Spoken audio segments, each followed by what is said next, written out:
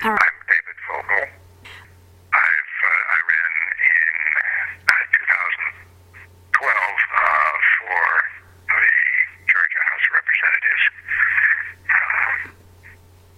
I've always thought of myself as an organizer, not a candidate, and I've been a candidate only when I couldn't find anybody else to run.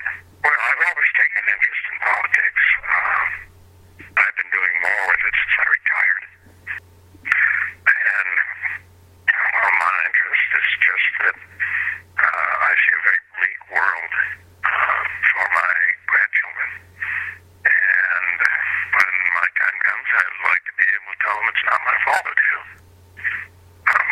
It's mostly about educating voters well enough about several issues, particularly economic issues. So if they'll understand what their position is in the economic scheme of things, what their personal interests are,